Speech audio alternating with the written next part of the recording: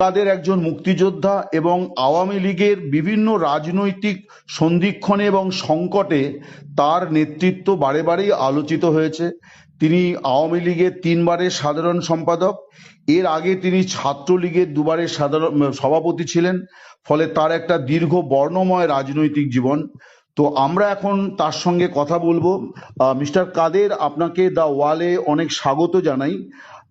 আমার প্রথম প্রশ্ন যে 24 গত বছর 5ই আগস্ট গণ অভ্যুত্থানের পর থেকে আমরা আপনার সম্পর্কে প্রায় কিছুই জানতে পারছিলাম না, আপনার বক্তব্য পত্রপত্রিকায় আসছিল না। তো আপনি যদি প্রথমে এই বিষয়টি একটু বলেন, কারণ আমরা আজকে আপনার একটা বিবৃতি দেখেছি মোহাম্মদ ইউনূস সরকারের বিরুদ্ধে আপনি অনেক কথা বলেছেন। তো আপনি যদি এইটা একটু প্রথমে ব্যাখ্যা করেন।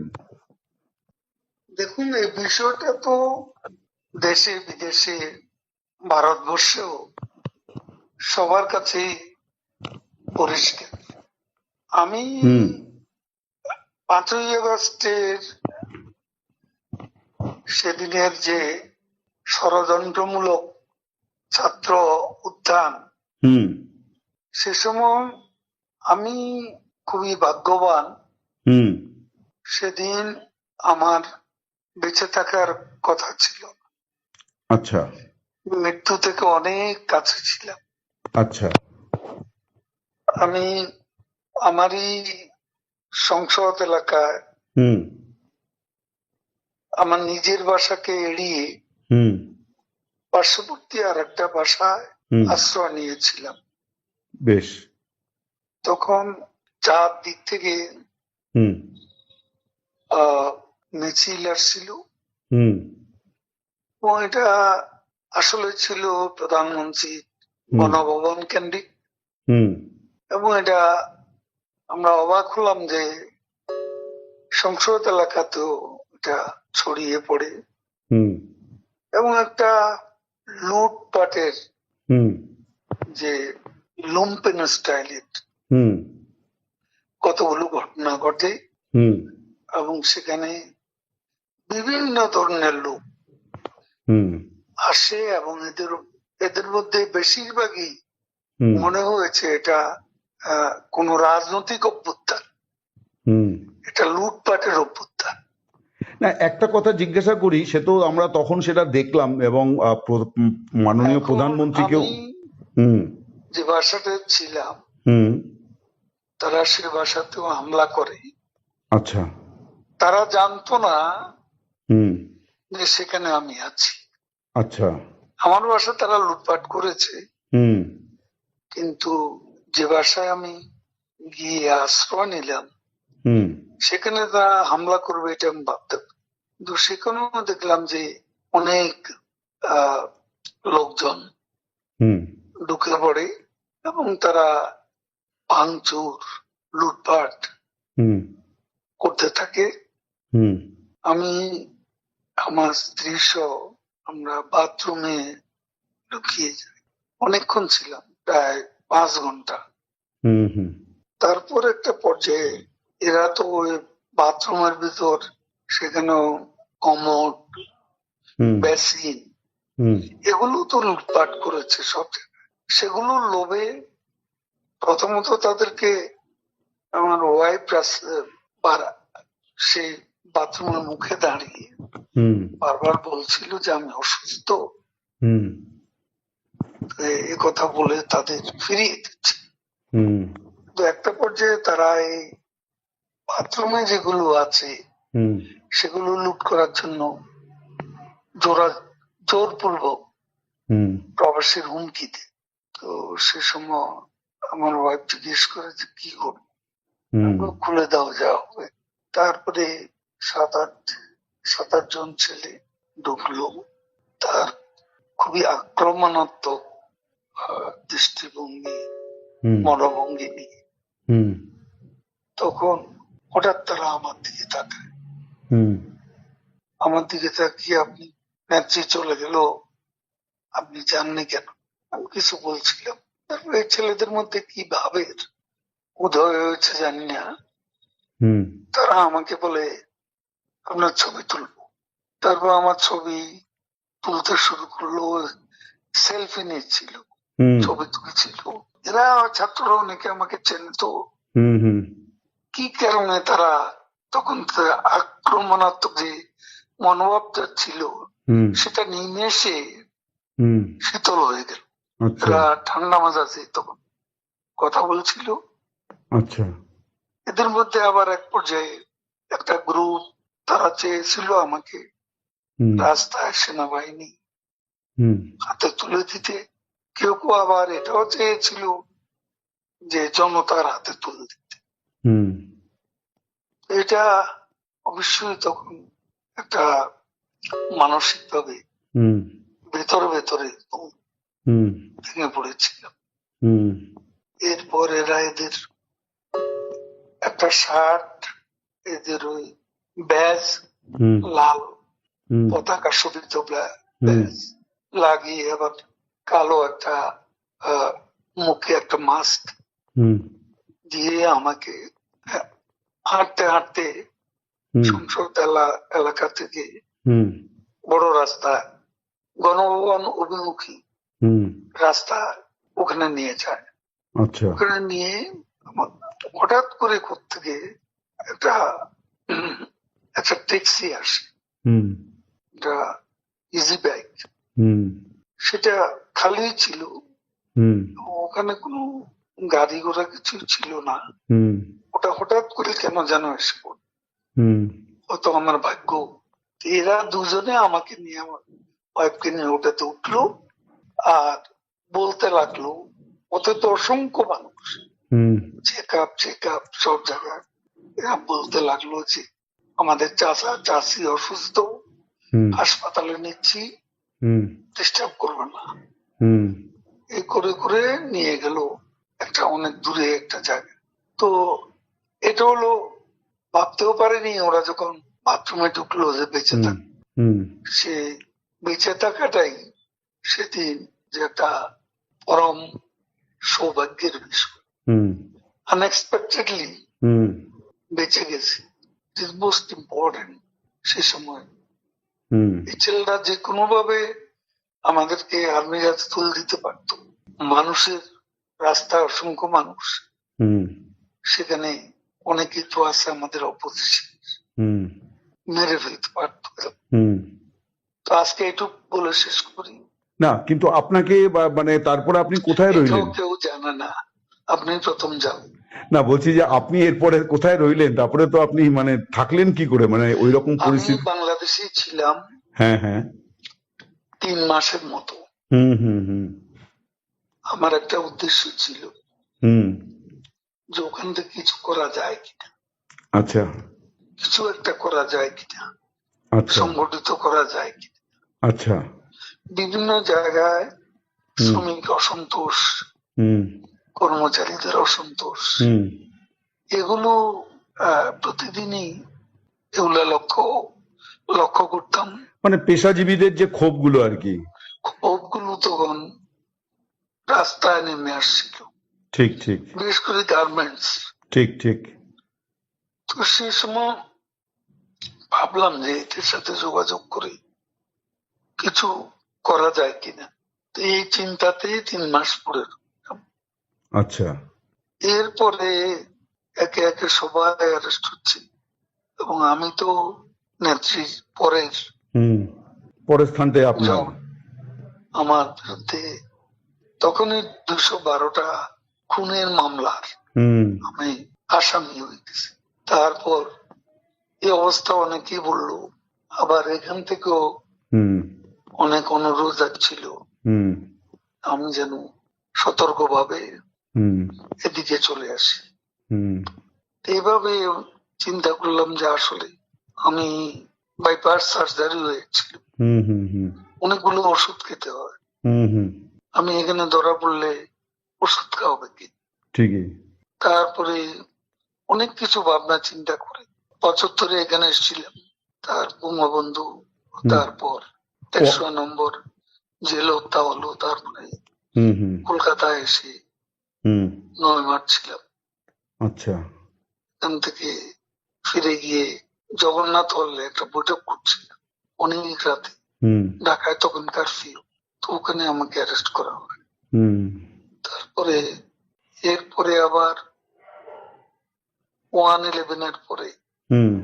তখনও জেল খেটেছিল। তো এই যে বঙ্গবন্ধু হত্যার পরে যে 9 মাস ছিলেন, তারপরে কি আর কলকাতায় আসেননি কোনো কাজে বা কোনো ইয়েতে? না মানে কখনো রাজনৈতিক প্রয়োজনে আসেননি আর কি? আসছি আমি, তখন যোগাযোগ মন্ত্রণালয়ের দায়িত্ব ছিলাম। তখন এসছেন আর এখানে কি? আমাদের ডেপুটি হাই কমিশনার হুম বিজয় দিবসে আমাকে হুম হুম। প্রধান অতিথি করেছিল। বেশ। তো একটা জিনিস বলছি, এই যে আপনি রইলেন, তো তারপরে তখন আর কোনো সমস্যা হলো না যে ওই ছেলেগুলো আপনাকে কোথাও পৌঁছে দিল, ওরা আর কি এটা ফাঁস করেনি? তাহলে কি? আপনার আমি রাতেই ওখান থেকে আবার কিন্তু এই যে ছেলেগুলো এরকম করলো, এটার কারণটা কি মনে হয় আপনার, যে ওরা যে আপনার প্রতি সদয় হলো, আপনাকে কোনো হঠাৎ করে বাঁচালো? কেন আমি বুঝি না। মানে এটা কি হতে পারে যে এরা আওয়ামী লীগেরই তাৎক্ষণিকভাবে ওই সময় বিক্ষুব্ধ হয়েছিল, এরকম হতে পারে? না, আওয়ামী লীগের হলে তো আমি চিনতাম। ঠিকই। একটা অনেকে বলে যে আপনার কিছু ভূমিকা তখন বিতর্কিত ছিল, আপনি ছাত্রলীগ যুবলীগকে যেভাবে মানে মাঠে নামিয়েছিলেন পাল্টা, তার ফলেই এরকম একটা বড় জনরোষ তৈরি হয়ে গেল আর কি, এটা মানে আমরা। কথা মোটেই ঠিক না। আচ্ছা। আমি কখনো বলিনি হুম যে ছাত্রলীগকে এই অভ্যুত্থান দমানোর হুম জন্য। হুম সেটা লন্ডন থেকে আমাদের এক ব্যারিস্টার হুম নিজু মজুমদার, হুম ও ইউটিউবে কথা বলে, হুম ও তখনকার ভিডিও নিয়ে হুম সেটা প্রচার করেছে হুম মাস তিনেক আগে। হুম সেখানে ছাত্রলীগের নামই ছিল। হুম বিভিন্ন বলা হয়েছে ওই দিন ছাত্রলীগকে, ছাত্রলীগই যথেষ্ট, হুম এ ধরনের কোনো বিষয় ছিল না হুম আমার বক্তব্য। আর আমি পার্টির সেক্রেটারি, হুম তারা আমার মেট্রো রেল পুড়িয়ে দিচ্ছে, তারা আমার সেতু ভবন পুড়িয়ে দিচ্ছে, হুম তারা বিটিভি ভবন পুড়িয়ে দিচ্ছে, হুম তারা আমার অফিস আক্রমণ করতে বারবার হুম আসছে, হুম পার্টি অফিস, হুম তারা গণভবন মুখী আক্রমণ শানাচ্ছে। তো সে সময় আমি কি আমাকে সেভ করব না? আমার দলকে সেভ করব না? আমার নেত্রীকে সেভ করতে হবে না? তখন সে সময় আমি পার্টির সেক্রেটারি হিসেবে হুম আমার উপর সময় আরোপিত যে দায়িত্ব, সে দায়িত্ব আমি পালন করেছি। হুম এটা যে কেউ করতো, হুম আমি ওই জায়গায়, আমার জায়গায় অন্য কেউ থাকলে তিনিও সেটা করতেন। আপনারা 15 বছর ক্ষমতায় ছিলেন, এত বড় পার্টি, আপনারা দেশ তৈরি করেছেন, আপনারা বুঝতে পারলেন না যে এরকম একটা জনমত তৈরি হয়েছে? এটা কেন হলো? এটা একটা আকস্মিক উত্থান। এটা তো শুরু হয়েছে কোটা দিয়ে, শেষ হয়েছে এক দফা। হ্যাঁ, কিন্তু এটা কি আসলে এটা একদিনের পরিকল্পনায় হয়েছে নাকি দীর্ঘদিন ধরে? একটা ষড়যন্ত্রমূলক হুম ঘটনা, একটা বিস্ফোরণ হয়ে গেল। সেটা ইন্টেলিজেন্সের একটা ব্যর্থতা তো ছিল, এবং এটা ব্যর্থতা ছিল না এ কথা তো বলা যায়। আপনি জেনারেল সেক্রেটারি হিসেবে কি কোনো দায় নিচ্ছেন এই ঘটনার? যেহেতু আপনি জেনারেল সেক্রেটারি, ওই সময় 3 বারের জেনারেল সেক্রেটারি, আপনার উপরে দল মানে আপনার নেত্রী আমি আপনাকে। তো আমার নেত্রী হুম যেভাবে নির্দেশ দিয়েছেন হুম সেভাবে আমি কাজ করেছি। এখন আচ্ছা। জেনারেল সেক্রেটারি হিসেবে আমার ভুল ত্রুটি থাকতে পারে, হুম এটা আমি, I am not immune from hmm mistakes. হুম মানুষের ভুল হবে, হুম সে ভুল ত্রুটি আমারও থাকতে পারে। আপনি নিজে কোনো ভুল মানে চিহ্নিত করেছেন যে এইটা আপনার ভুল হয়েছিল? আমি কাজ করেছি, কাজ করলে ভুল হয় এটা? চাঁদাবাজি করিনি, হুম কমিশন খাইনি, হুম পার্সেন্টেজ নিইনি। হুম আমার মন্ত্রণালয়টা সবাই জানে। হুম তারপরে বাংলাদেশ আওয়ামী লীগের কমিটি গঠন করতে হুম কমিশন নিয়ে হুম কাউকে পদায়ন করিনি, হুম চাঁদাবাজি করিনি। হুম আমি সেই দিক থেকে হুম নিজেকে হুম একদম নির্দোষ বলে হুম আমি নিজেকে সাব্যস্ত করতে পারি। আপনাদের সময়ের নির্বাচন, তারপরে মানবাধিকার হরণ, মানবতা বিরোধী অপরাধ, এই সমস্ত অনেক রকম অভিযোগ এবং অনেক দুর্নীতির বিষয়ও সামনে আসছে। ডেফিনেটলি সব হয়তো সত্য নয়, কিন্তু আপনারা এত বড় একটা ঘটনার পরে কিন্তু আপনারা কোনো মানে ভুল স্বীকার বা দুঃখ প্রকাশ করেননি আর কি। এই প্রশ্নটা বারে বারে আসছে বিভিন্ন মহল থেকে। দেখুন, আমরা এদেশকে যা কিছু দিয়েছি, হুম যা কিছু করেছেন হুম আমাদের নেত্রী, হুম এটা কোনো তুলনা হয় না। হুম এই ডেভেলপমেন্ট বাংলাদেশে হুম হুম কল্পনাই করা যায় না। 15 বছর আগের বাংলাদেশ, হুম 15 বছর পরের বাংলাদেশ, হুম দিন আর রাতের মতো হুম পার্থক্য। আমাদের সমালোচনা তারাই করে হুম যারা দিনের আলোতে রাতের অন্ধকার দেখে, যারা অমাবস্যা দেখে হুম হুম পূর্ণিমা, হুম তারা সমালোচনা করবে। না সমালোচনার বিষয়বস্তু আমাদের আছে। হুম সময় হলে দেশের মাটিতে সবকিছুরই মূল্যায়ন আমরা করছি, দেশের মাটিতে গিয়েও করব যখন সময় আসবে। একটা বিষয় অনেকেই বলছেন, এই যে আপনি দীর্ঘদিন নীরব ছিলেন, বলা হচ্ছে যে আপনার ভুল ত্রুটির কারণে আপনাকে চুপ থাকতে বলা হয়েছিল, মানে এটা কাইন্ড অফ পানিশমেন্ট আর কি। কিছু লোক আছে তারা এসব বলে শান্তি পায়, হুম হুম তাদের একটা সুখানুভূতি আছে। হুম আমাকে তিনবার হুম সেক্রেটারি করলো, হুম এটাও অনেকের পছন্দ হুম হওয়ার তো কথা না।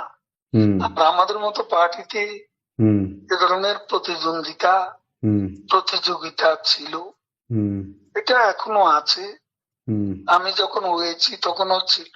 হুম কাজে এটা এটা এটা অবাস্তব কোনো কিছু না। এটা আমাদের মতো দেশে মাল্টি পার্টি সিস্টেম, হুম এখানে আওয়ামী লীগের মতো মাল্টি ক্লাস অর্গানাইজেশন, এখানে দলের অভ্যন্তরেও প্রতিদ্বন্দ্বিতা ফলে এ ধরনের কিছু আনপ্লেজেন্ট কিছু কিছু ঘটনা ঘটতে পারে। আপনার নীরবতার তাহলে আমাকে কারণটা কি ছিল? হ্যাঁ।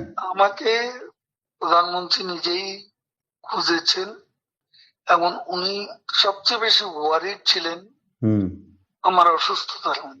হুম তিনি ভেবেছেন এই অবস্থা আমি দেশে ছিলাম, হুম বলে যে তুমি টোটাল চেক আপ করো, হুম এখন তোমার অন্য কিছু করতে হবে না, হুম পারলে কিছু লেখো, 71 থেকে হুম দেশ নিয়ে লেখো, হুম সাম্প্রতিক ঘটনা প্রবাহ নিয়েও হুম তোমার চোখে যা দেখেছ হুম এগুলো নিয়ে লেখালেখি করো, কখন কি করতে হবে আমি বলবো। হুম আমি ওনার সঙ্গে কখনো দেখা করতে চেষ্টা করিনি, হুম কারণ উনি যেখানে আছেন হুম সেখানে আমার হাই সিকিউরিটি জোনে, হুম সেখানে আমি কেন হুম দেখা করতে চাই? উনি যখন প্রয়োজন তখন আমাকে বলবেন। হুম আর আমি ভালো করেছি কি মন্দ করেছি হুম তার সবচেয়ে বড় সাক্ষী হচ্ছেন হুম প্রধানমন্ত্রী শেখ হাসিনা। হুম তিনি সবকিছু জানেন, হুম আমার জীবন, আমাদের কর্ম দ্বারা। কিন্তু আমরা তো শুনতে পাচ্ছিলাম যে আপনার জায়গাতে কে হবেন, এটাই এখন আওয়ামী লীগের মানে শীর্ষ এবং মাঝারি স্তরের নেতাদের মধ্যে সবচেয়ে বড় ইঁদুর দৌড় আর কি, যে নেক্সট জেনারেল সেক্রেটারি মানে ওবায়দুল কাদের থাকছেন না, এবার কে হবেন সেই নাম নিয়ে কামড়া কামড়ি ইঁদুর দৌড়, এটাই আমরা কিন্তু পাচ্ছি খবর। এই কাম